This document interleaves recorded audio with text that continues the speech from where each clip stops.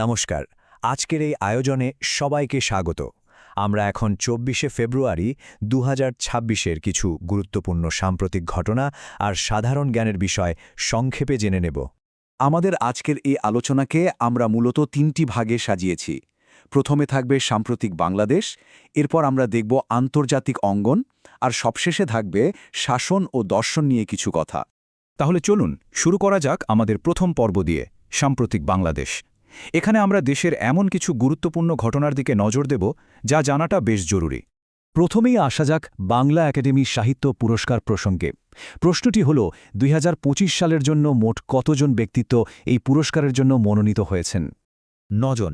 হ্যাঁ, এই বছর সাহিত্যের বিভিন্ন শাখায় অবদানের জন্য মোট ৯ জন বিশিষ্ট ব্যক্তিত্বকে এই পুরস্কারের জন্য মনোনীত করা হয়েছে। দেশের বিচার ব্যবস্থার একটি অত্যন্ত গুরুত্বপূর্ণ প্রতিষ্ঠান হল আন্তর্জাতিক অপরাধ ট্রাইব্যুনাল। তো প্রশ্ন হচ্ছে, বর্তমানে এর নতুন চিফ প্রসিকিউটর হিসেবে কে দায়িত্ব পেয়েছেন? মো আমিনুল ইসলাম।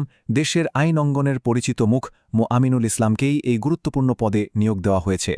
গণতান্ত্রিক প্রক্রিয়ায় ভোট একটি অপরিহার্য অংশ। আচ্ছা, আমাদের দেশে জাতীয় ভোটার দিবস ঠিক কবে পালন করা হয়? ২রা মার্চ।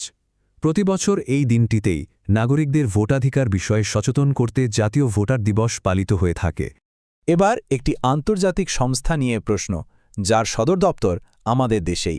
প্রশ্নটি হল, বিমস্টেক এর সদর দপ্তর কোথায় অবস্থিত? ঢাকা, বাংলাদেশ। দক্ষিণ ও দক্ষিণ পূর্ব এশিয়ার দেশগুলোর এই জোটের সদর দপ্তর আমাদের রাজধানী ঢাকাতেই অবস্থিত, যা বাংলাদেশের জন্য নিঃসন্দেহে একটি গর্বের বিষয়। সাম্প্রতিক বাংলাদেশ পর্ব শেষ করে এবার আমরা দৃষ্টি ফেরাতে পারি আন্তর্জাতিক অঙ্গনের দিকে। চলুন দেখে নেওয়া যাক বিশ্বজুড়ে ঘটে যাওয়া কিছু গুরুত্বপূর্ণ ঘটনা। এখনকার সময়ে কৃত্রিম বুদ্ধিমত্তা বা এআই নিয়ে প্রচুর আলোচনা হচ্ছে।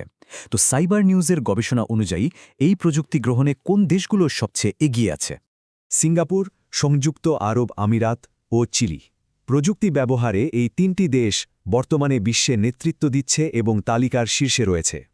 টাস বা TASS এটি একটি বিশ্বজুড়ে পরিচিত সংবাদ সংস্থা। প্রশ্ন হল, এটি কোন দেশের রাষ্ট্রীয় সংবাদ সংস্থা? রাশিয়া। এটি রাশিয়ার রাষ্ট্রীয় সংবাদ সংস্থা, যা বিশ্বের অন্যতম প্রাচীন এবং প্রভাবশালী একটি সংবাদ মাধ্যম হিসাবে পরিচিত। বিশ্ব রাজনীতিতে ইরানের পারমাণবিক কর্মসূচি সবসময় একটি আলোচিত বিষয়। দেশটির কোন পারমাণবিক স্থাপনাটিকে পারমাণবিক অস্ত্র তৈরির কেন্দ্র হিসেবে সন্দেহ করা হয়ে থাকে? ইস্পাহান।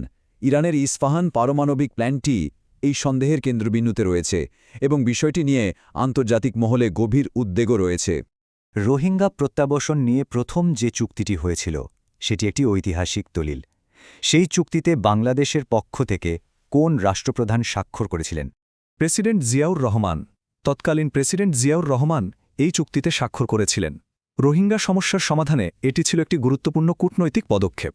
আমাদের আলোচনার একেবারে শেষ পর্যায়ে চলে এসেছি। এ পর্বে আমরা শাসন এবং দর্শন বিষয়ক কিছু মৌলিক বিষয় নিয়ে কথা বলব। যে কোনো দেশের উন্নতি আর স্থিতিশীলতার জন্য সুশাসন অপরিহার্য। এর মূল ভিত্তি বা পূর্বশর্তগুলো আসলে কি কি? স্বচ্ছতা, জবাবদিহিতা এবং আইনের শাসন। সুশাসনের এই তিনটি স্তম্ভ হল স্বচ্ছতা, মানে কাজে স্পষ্টতা থাকা; জবাবদিহিতা, মানে কাজের জন্য কৈফিয়ত দেওয়ার বাধ্যবাধকতা; এবং আইনের শাসন, মানে সবার জন্য আইন সমান।